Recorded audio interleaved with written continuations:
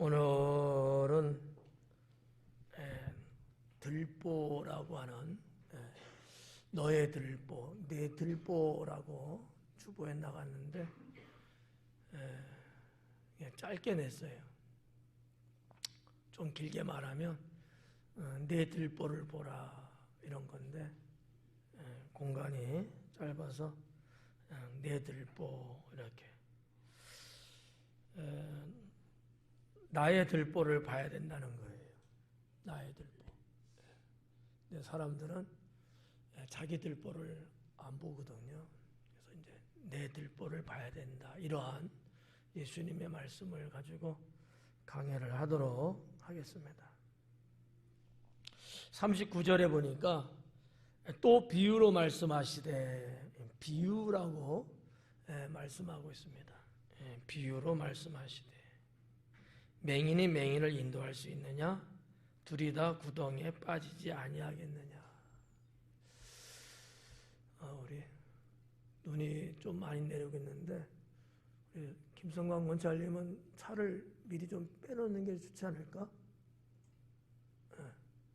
나머지야 뭐 쓸면 되니까 그런데 조금 일찍 가야 되니까 혹시나 몰라서. 이 비유로 예수님은 늘 말씀을 많이 하셨죠. 앞부분에 38절까지 이르는 이 말씀에 대한 내용을 비유로 또 말씀하고 있습니다.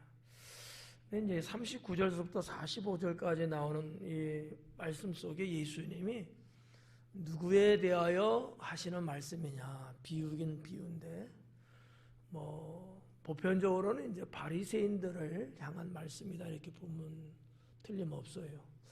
바리새인 중에서도 그 당시에 좀 지도자라 말하는 사람들, 앞에 서 있는 사람들, 백성들을 이끌어가는 이러한 자들을 향하여 예수님이 비유로 말씀하고 있는 거고요. 또 다른 각도에서 보면 지금 38절까지 쭉 예수님이 제자들을 향하여 말씀하셨거든요. 그러면 어느 정도는 제자들에게도 하시는 말씀이라 볼 수 있어요. 특히 요 39절, 40절, 41절, 42절 요 앞부분은 특히 제자들도 귀담아 들어야 되고 오늘날 우리들도 똑같지 않겠느냐라는 거죠. 주님의 제자가 되려면 이와 같아야 된다. 그리고 뒷부분은 이래서는 안 된다. 이런 부분인데 그래서 바리새인을 향한 주님의 말씀이긴 하지만 그러나 또 제자로 부름받은 자들에게도 하시는 말씀이에요. 너희가 나를 따르려고 있지만 그러려면 너는 이렇게 살아야 된다. 그러니까 제자라고 하는 것이 그냥 제자가 되는 건 아니다. 그만큼 제자로서의 갖춰야 될, 또 제자로서 해야 될 것과 해서는 안 될 것을 구별할 수 있어야 된다. 이런 말씀을 예수님이 하셨는데 우리도 마찬가지다라고 생각합니다.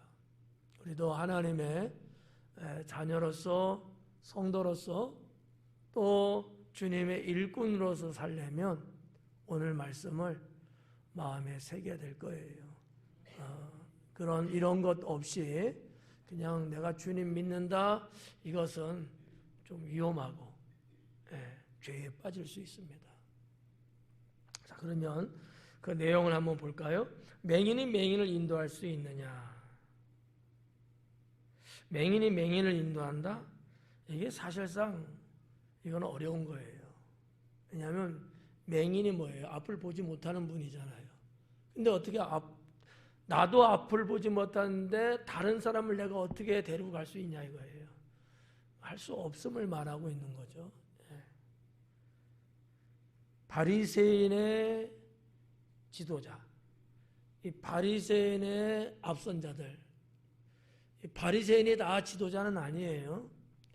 그 중에서도 뭐 서기관, 장로, 제사장 이러한 당시의 유대 민족의 지도자층에 있는 사람들 그들을 겨냥한 말씀이죠.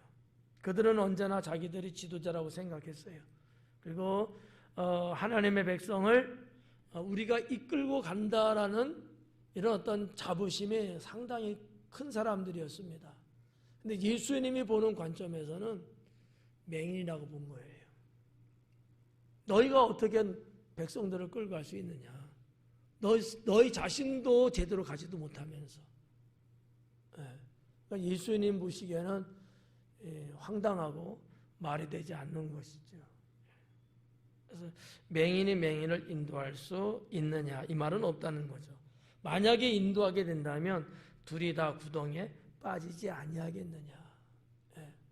그래도 너희가 계속해서 하나님 백성들을 이끌고 가려고 한다면 너희도 그렇고 백성들도 그렇고 다 구덩이에 빠져서 목숨도 위태로울 수 있다라는 것을 암시하고 있는 말씀이라는 거죠. 예수님 당시에 유대 사회는 그랬습니다. 또 사회뿐만 아니라 유대교의 그 회당 안에, 교회 안에 또 역시 똑같았어요. 그러니까 예수님이 보는 관점에서는 너무 위태로운 거죠. 불안하고요. 이렇게 가서는 안 된다라는 것이 주님이 보시는 모습이었다라는 거죠. 저는 이 제자라고 하는 측면, 예수님을 믿고 따른다고 하는 그러한 자들이라면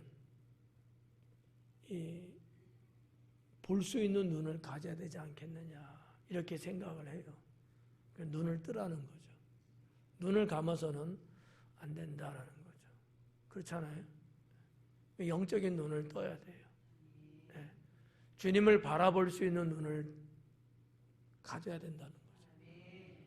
여러분, 눈 감고 뭐 할 수 있겠어요? 나는 안 되더라고. 여러분은 돼요? 눈 감고 안 되더라고. 나 똑바로 가고 싶은데 똑바로 안 가더라고요. 눈 감으니까. 이 개처럼 자꾸 옆으로 가더라고.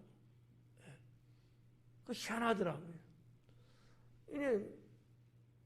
여기 지금 카페 깔려 있잖아요.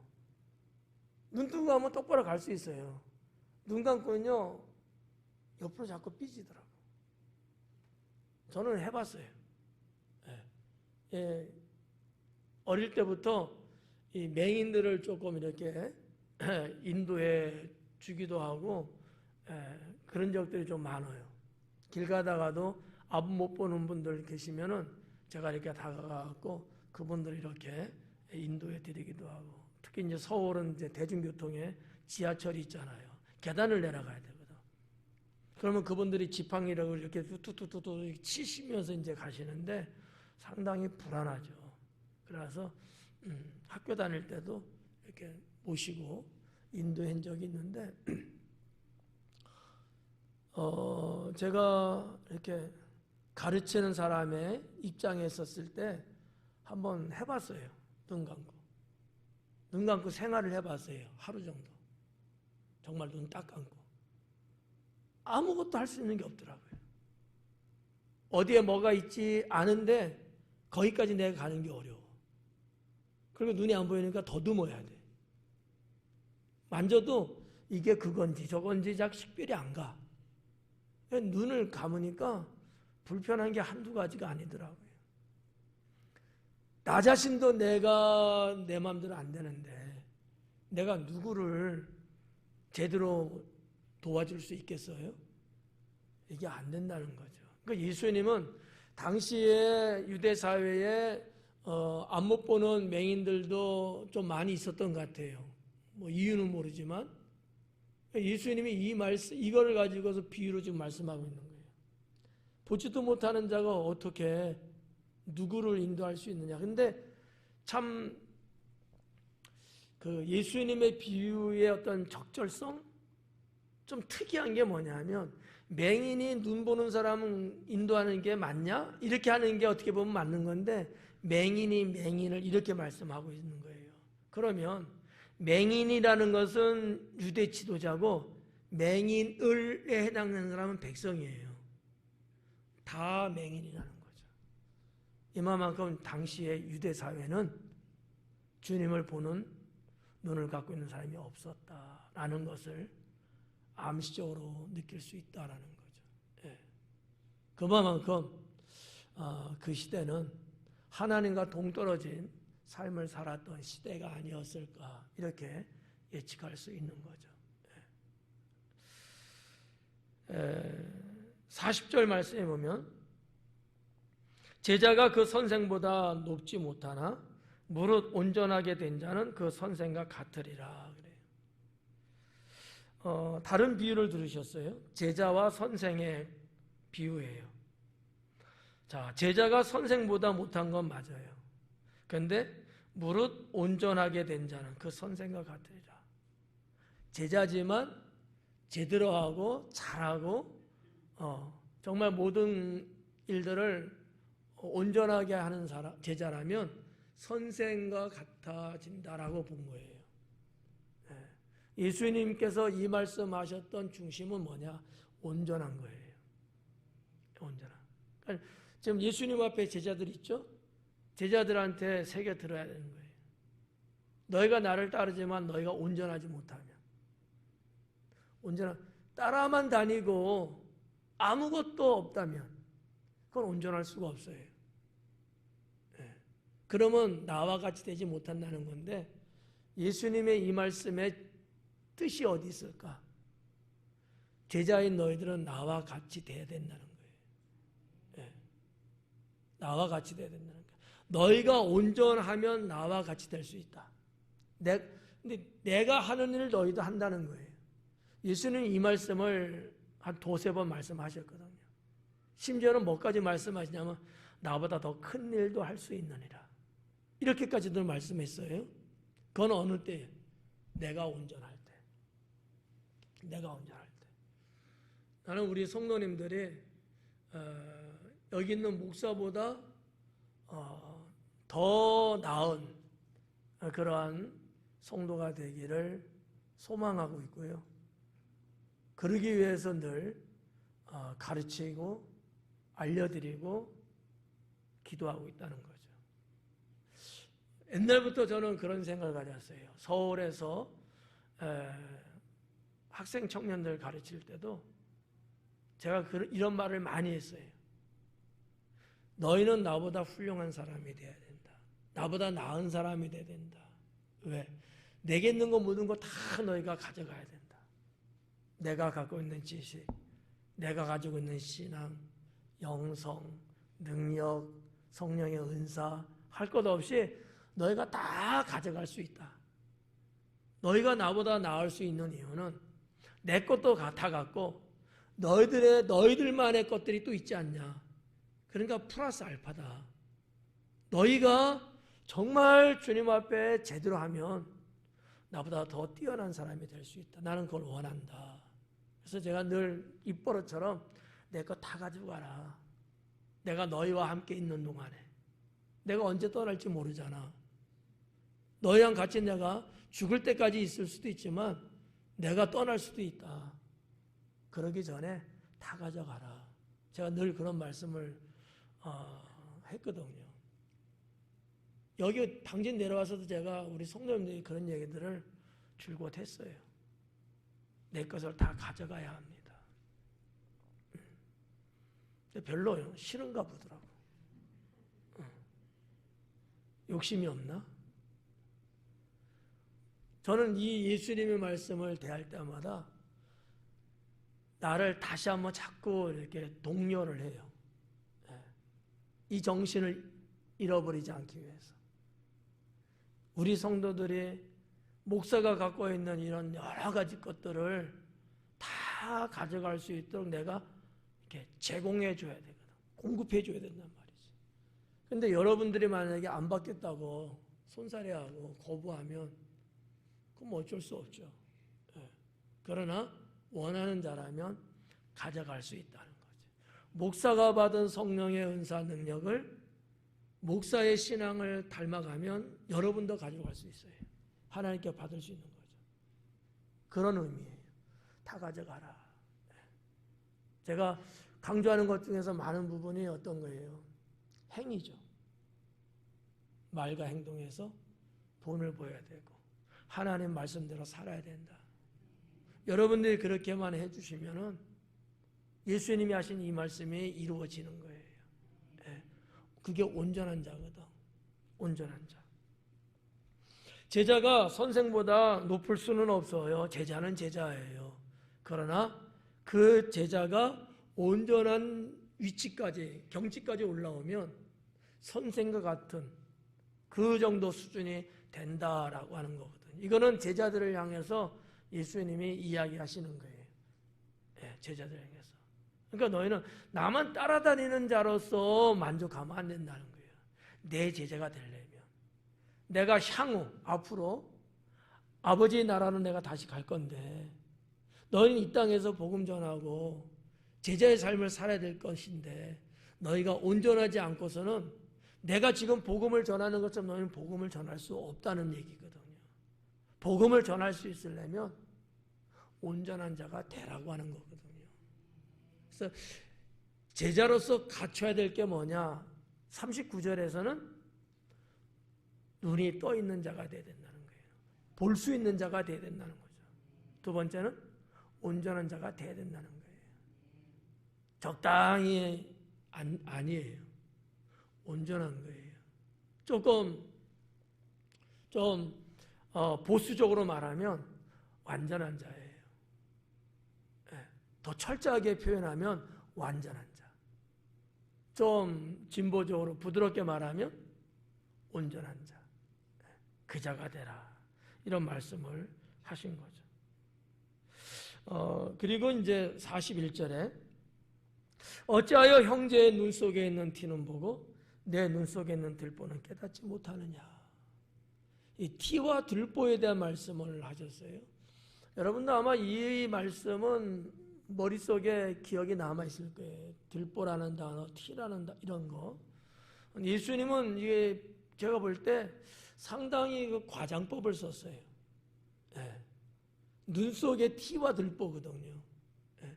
여러분 눈은 얼마나 커요? 예?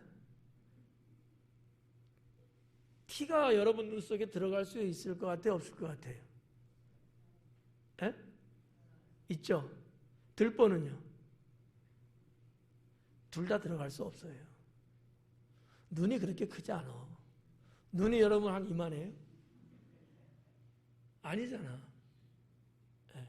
그러니까 우리 지금 한국 성경의 번역을 티와 들보라는 거로 이렇게 번역을 해서 이해를 시키고는 있습니다만 원어적으로는 그렇지는 않아요. 그래서 제가 볼 때는 예수님이 강조를 하고 과장법을 많이 쓰셨지 않았느냐. 예. 이 말씀을 했을 때, 그러니까 누가가 이거를 기록을 할 때 상당히 강조법, 과장법을 적용시키지 않았느냐. 저는 이렇게 이제 보는 거예요. 예수님은 아버지도 목수였고, 예수님도 사역하기 전까지는 아마 그 아버지의 업을 물려받아서 목수 일을 하셨고 생계를 유지했을 거예요. 그래서 이 티와 들보에 대해서 너무 잘 알아요. 근데 티와 들보는 아니고요. 실제적으로는 조각이에요. 조각. 티라는 단어로 번역이 됐는데 조각이라는 단어예요. 조각. 그럼 목수 일을 하다가 보면 목공 일을 하다 보면 조각들이 많이 나와요. 왜냐하면 잘라야죠. 또 대패로 밀어야죠. 그러면 이 조각들이 막 나오거든요. 주님은 그걸 알아요. 예. 그리고 들보라고 번역됐는데 들보라기보다는 석가래예요. 석가래예요. 석가래. 석가래가 뭔지는 아시죠? 예? 그리고 이제 물어보면 또 몰라. 석가래는 지붕에 올릴 어떠한 지붕을 덮을 수 있는 그런 것들을 받치기 위해서 이렇게 처마 밑으로 이렇게 꺼내놓은 거예요. 그러니까 특히 한옥에서 이제 석가래라고 이제 단어를 쓰죠. 근데 이제 이 서양 양식 건축으로는 그런 없잖아요. 그런 석가래가. 보가 지나간다 그래. 콘크리트 보가. 한옥으로는 그게 다 석가래예요. 그래서 이제 한옥집 같은 데 가면은 이렇게 이면은 통나무 그런 것들이 이렇게 삐쭉 나와 있잖아요. 그게 이제 석가래인데 석가래 그런 걸 눈에 익을 수 있어요? 없어요. 근데 예수님은 그런 걸 알아. 왜?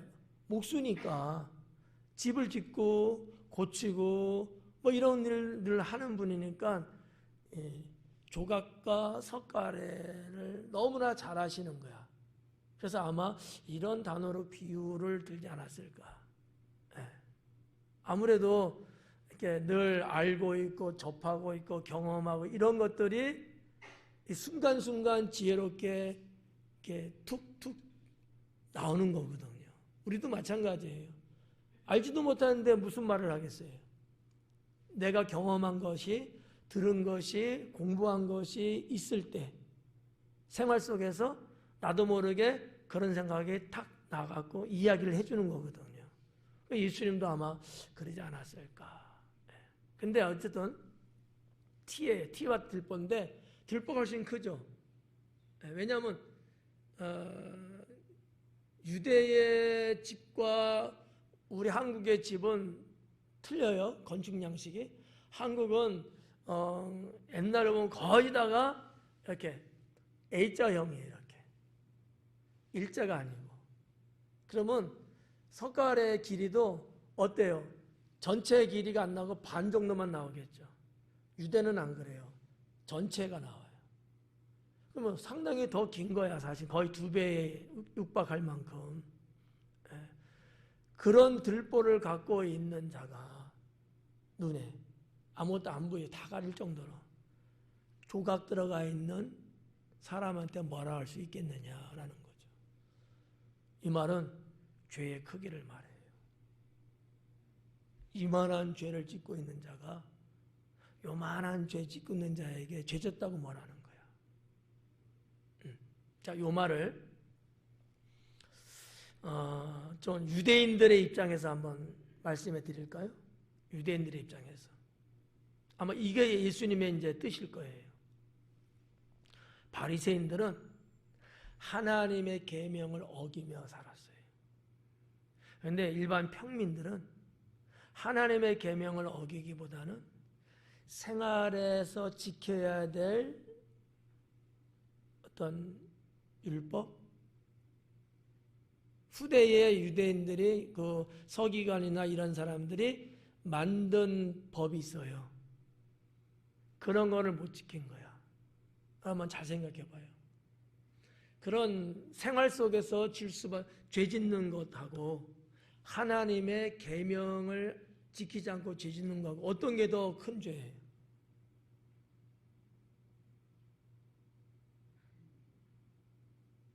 오늘은 다 꿀을 드시고 오셨나? 꿀 너무 먹으면 안 좋대요. 하나님의 계명을 어기는 게 더 큰 죄야.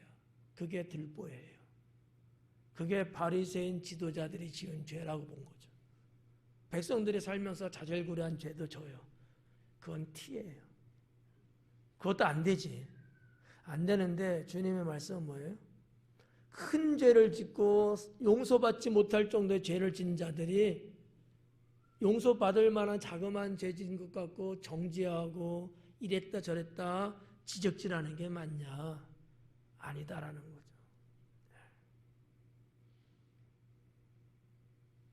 자, 그런 내용으로 41절서부터 볼 수 있는 거예요.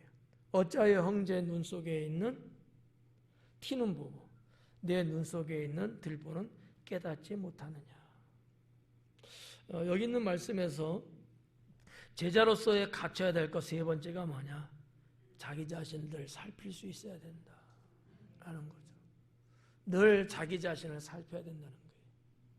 남을 보고서 자꾸 울지 말고 남을 보고도 나를 볼 줄 알아야 되고 남을 보기 전에 나를 먼저 볼 줄도 알아야 되고 이게 제자도예요. 주님의 제자가 되려면 그래야 된다라는 거죠. 요 세 가지가 예수님의 제자들을 향한 일침이라고 볼 수도 있고 또 바리새인 지도자들에게 하시는 말씀이기도 한 거죠. 42절에 보니까 너는 내 눈 속에 있는 들보를 보지 못하면서 어찌하여 형제에게 말하기를 형제의 나로 내 눈 속에 있는 티를 빼게 하랴 할 수 있느냐. 그럴 수 없다는 거죠. 외식하는 자여 먼저 내 눈 속에 들보를 빼라. 그 후에야 내가 밝히 보고 형제의 눈 속에 있는 티를 빼리라. 여기서는 예수님이 외식하는 자여 그랬어요. 자, 제자들은 아니에요. 그러면 바리새인들을 향한 말씀에 해당된다 이렇게 볼 수 있죠. 외식하는 자. 이 외식하는 자라는 단어로 번역이 됐는데 히포크리테스라고 하는 단어예요. 헬라어로 히포크리테스. 예. 이게 무슨 뜻이냐면 배우라는 단어예요. 배우. 근데 배우는요,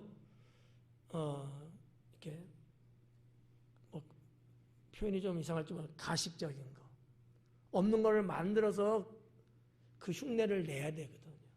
그게 배우거든요. 예.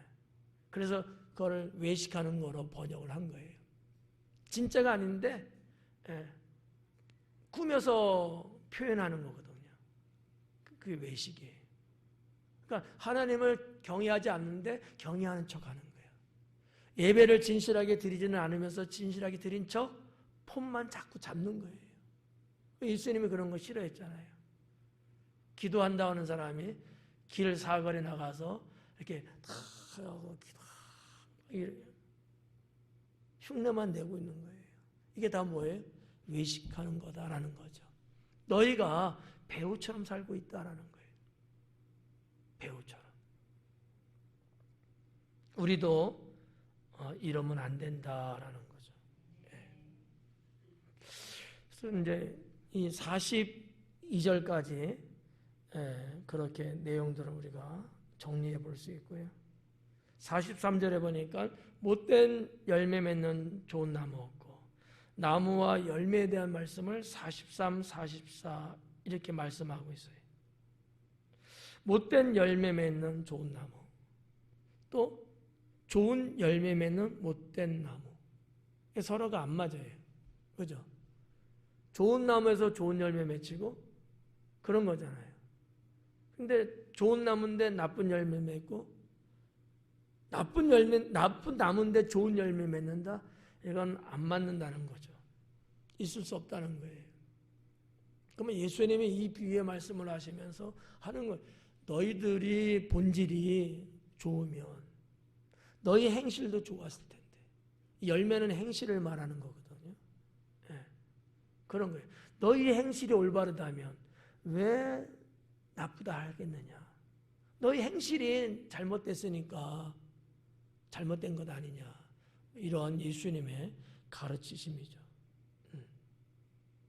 그리고 이제 44절에도 보니까 나무는 각각 그 열매를 하나니 가시나무에서 무화과를 또는 찔레에서 포도를 따지 못하느니라 그래요. 나무는 각각 그 열매로 하나니 여기 좀 원어적으로 한번 바꿔서 볼까요? 나무는 각각이 아니고 각각의 나무는 그 열매로 하나니 이렇게 보면 훨씬 더 맞을 것 같아요. 각각의 나무예요. 나무는 종류가 다양하잖아요. 이런 나무죠. 무화과도 있고 포도나무도 있고 감람나무도 있고 다 있잖아요.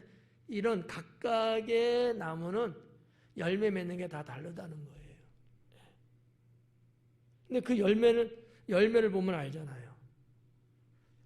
포도송이를 딱 보니까 그 나무는 무슨 나무예요? 포도나무. 무화과를 딱 땄을 때 무슨 나무? 그럼 무화과 나무인지 알 수 있는 거예요. 그러니까 각각의 나무는 그 열매를 갖고서 알 수 있다. 그럼 뭐 딱 아는 거죠. 여러분 무화과 나무에서 포도가 맺을 수는 없잖아요.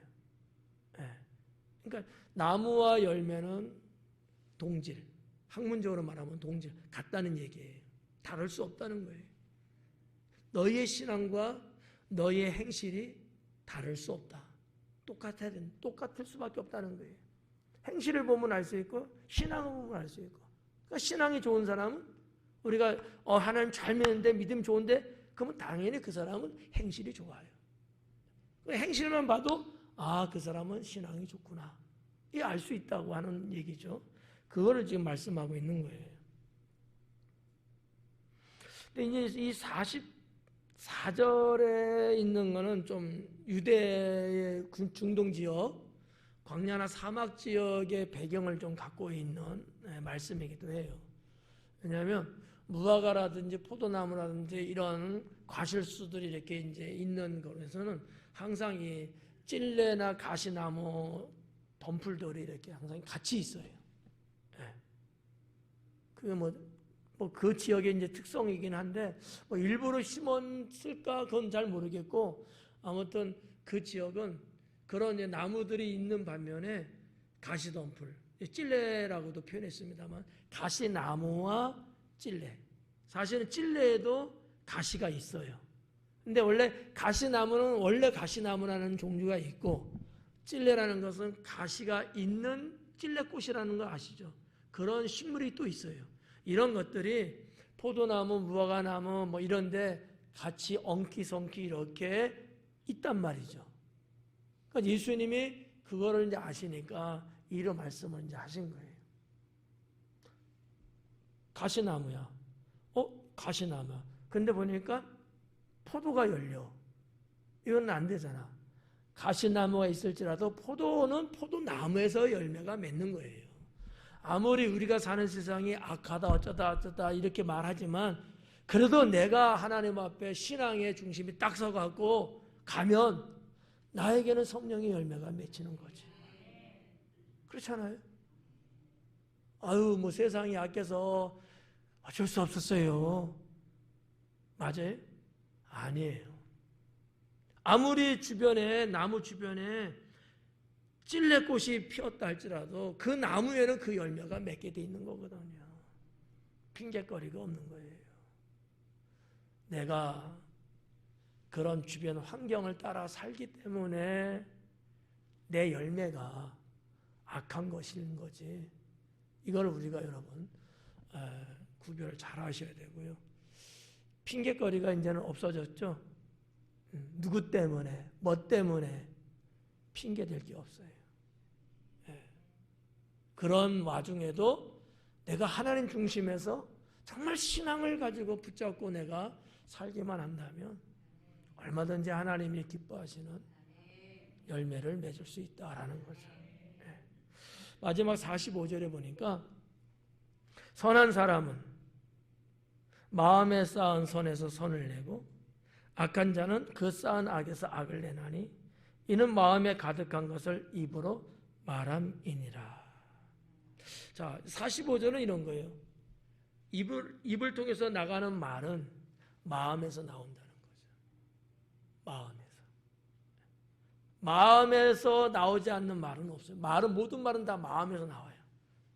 속에서 나온다는 거죠. 속에서.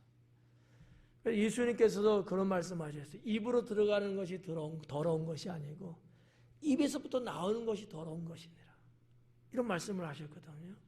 그래서 마음에서 나오는 말, 그러니까 더러운 말을 내뱉었어요. 그러면 그 사람의 마음은 깨끗할까 더러울까요? 더러운 거예요.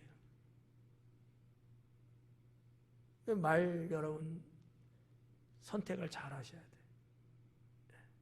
막 욕하고 그냥 막 음담패설하고 중상모략하고 이렇게 말을 막 하는 분들은 사람이 참 착한 사람들이잖아요. 그럴까요? 그렇지 않아요. 마음이 선한 사람은 그런 말을 입 밖으로 꺼낸다는 것 자체가 기적이에요. 힘들어요. 거의 불가능합니다. 그러고 싶어도요, 허용을 안 해요. 할 수가 없어. 딱 막어. 근데 마음이 약한 사람은 술술 나와. 그냥 막 달라요. 그러니까 이런 걸 하나를 보고도 그 마음이 하나님을 닮았는지 사탄을 닮았는지 알 수 있다는 거죠. 여러분 하나님 잘 믿는 사람이 막 욕하고 다니고 그럴까요? 정말 하나님 잘 믿는 사람이 그럴 수 있을까요? 그럴 수 없어요. 만약에 그렇다면 그 사람 하나님 잘 믿는 사람 아니에요. 외식하는 사람이에요. 막 속에서 막 독보속, 예? 막 이런 종기 같은 게 막 속에서 막 끌어올라가고 막 퍼붓는데, 아, 그 사람이 경건한 사람일까요? 경건한 사람은 그렇게 할 수가 없어요. 예, 아무리 화가 나고 속상하고 스트레스가 막 와도 그 자체가 허용이 안 돼요. 허용이 안 돼. 신앙 양심이 딱 가로막고 있어, 주님이. 안 돼.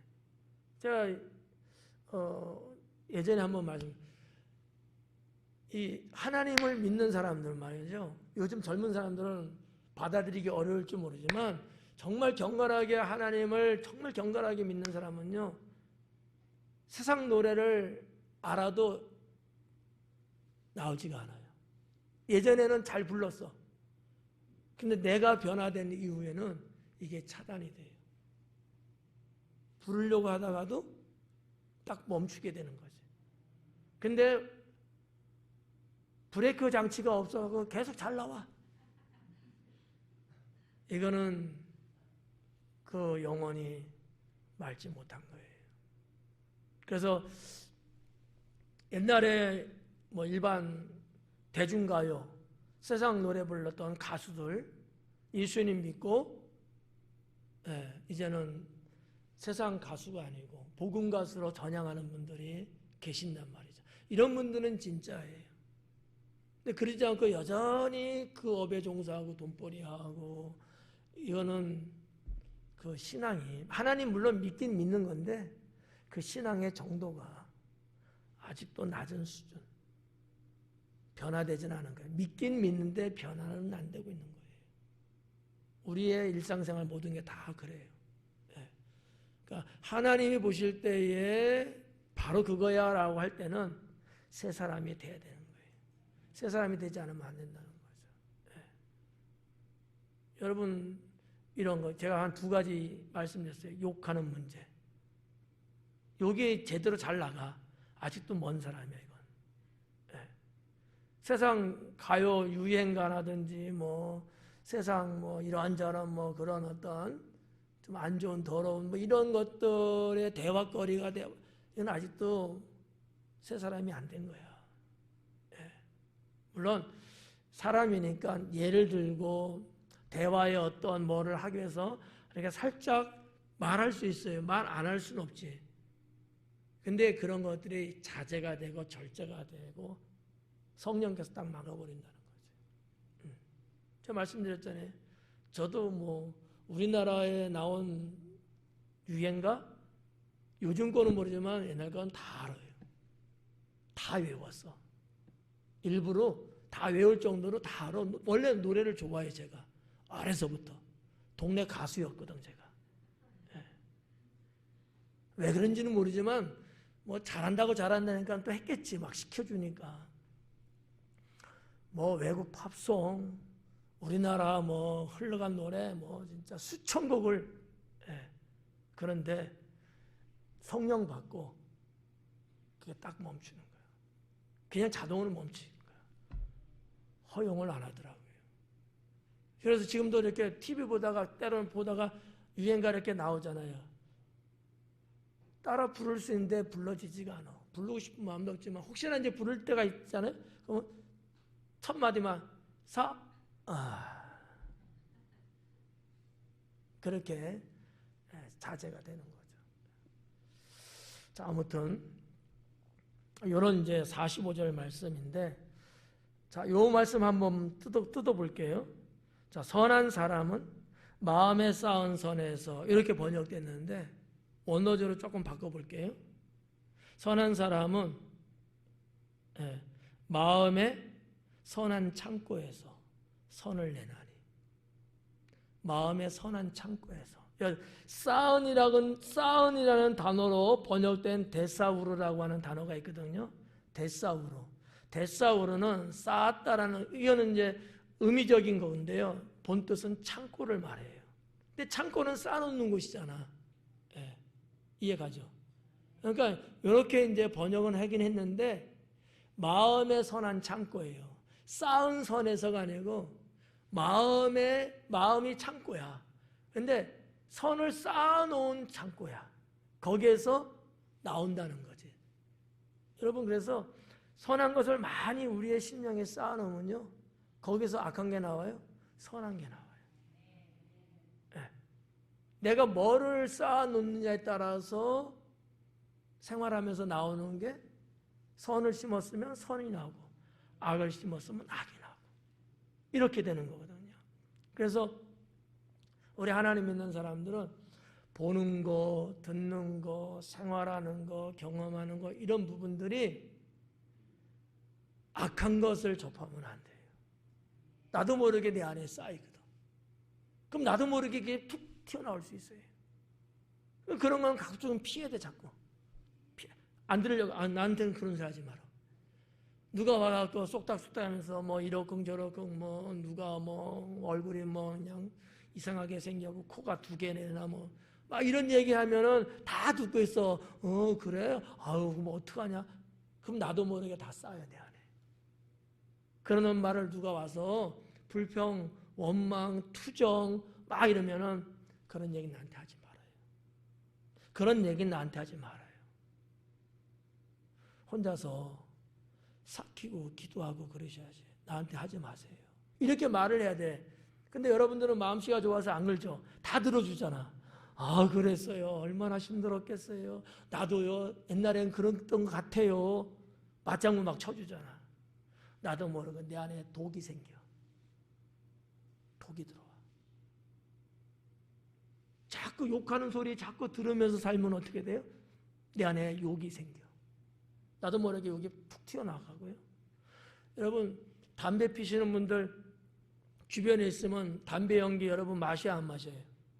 여러분도 담배 피고 있는 거야. 그게 나한테 들어온다니까. 이게 더 나쁘다는 말 있잖아요. 네, 건강을 해치잖아. 마찬가지로 신앙의 영적인 부분도 내가 그러한 것들이 있을 때는요, 근접하지면 안 돼. 피해야 돼, 자꾸. 네, 자꾸 피해야 돼요. 그리고 누가 하면 그런 말 하지 마세요. 그러지 마세요. 이렇게 자꾸 말리고 권면하고 이렇게 해서 여러분 방어를 할 수 있어야 합니다. 마음의 창고예요. 창고는 쌓아놓는 곳이거든.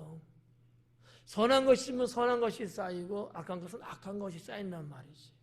그럼 우리는 뭐를 쌓아야 되는 거예요? 선을 쌓아야 되잖아요. 근데 자꾸 주변에는 악한 게 있다니까 이거를 접하면 안 돼요. 가족력이라는 단어가 있잖아요. 누구네 집은 아니야, 요거에서 시작해서 요거로 끝나는 집이야. 문화가 그래. 욕 문화가 있어, 그 집에. 그 집의 사람들은요, 어디서든지 욕을 해요, 그냥. 그렇죠. 그럴 수밖에 없어요. 이건 환경이에요. 근데 이런 걸 모르고 사는 집이 있어. 이런 집은요, 야! 이런 것도 사실은 안 나와. 그것도 욕처럼 여기거든. 근데 이렇게 해서 이런 데서 자란 애들은요, 누가 자기한테 야 하면 그걸 욕처럼 느껴. 그런 걸 평생 안 듣고 살았거든, 집에서는. 문화예요, 문화. 그러니까 우리는 신앙의 영적인 문화를 자꾸 내 안에 쌓아야 돼요. 자꾸 쌓아야 돼. 허용하면 안 돼요. 아유, 다 클 때는 다 그런 거야, 뭐. 정말 그럴까요? 그게요, 독이 돼요. 독. 허용하면 안 된다. 빨리 끊어줘야 돼요. 빨리 끊어줘야지. 어린이집 가면은 애들이 욕 배운대잖아. 네. 그래서 어떤 집은요, 어린이집을 안 보내는 집도 있어요. 감수성이 엄청나게 심할 때거든요. 뭐든지 다 받아들일 나이거든요. 어린이집 갈 나이가.